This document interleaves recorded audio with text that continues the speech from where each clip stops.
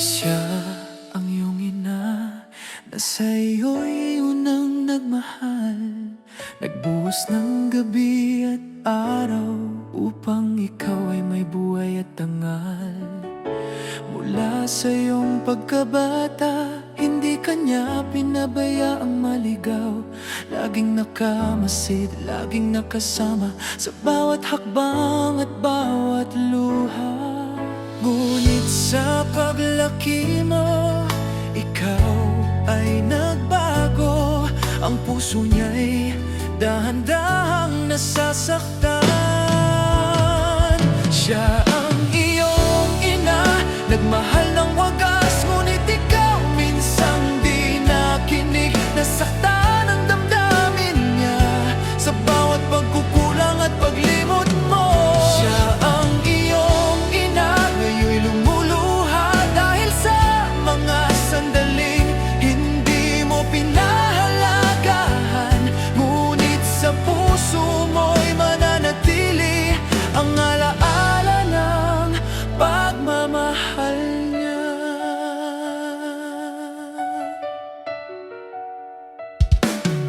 Sa bawat payo at paalala, ipinagkaloob niya ng buong puso. Ngunit iyong binaliwala, sinuway, at ang luha niya'y naging lihim mong kasalanan. Hindi niya hiniling ang kayamanan, kundi respeto at iyong pagkalinga.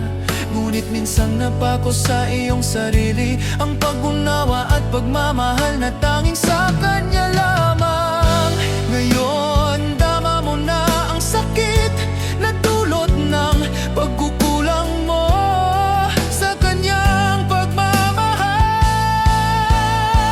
Siya ang iyong ina, nagmahal ng wagas, ngunit ikaw minsang di nakinig. Nasaktan ang damdamin niya sa bawat pagkukulang at paglimot mo. Siya ang iyong ina, ngayon'y lumuluha, ngunit ang kanyang puso'y mananatiling bukas. Sa bawat pangarap at bawat halakhak mo, kasama niya kahit sa alaala lang.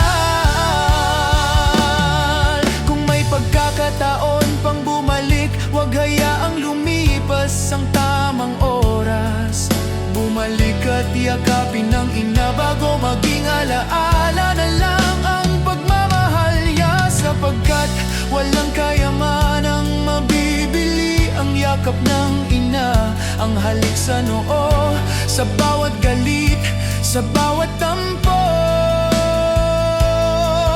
Nandyan ang walang kapantay na pagmamahal.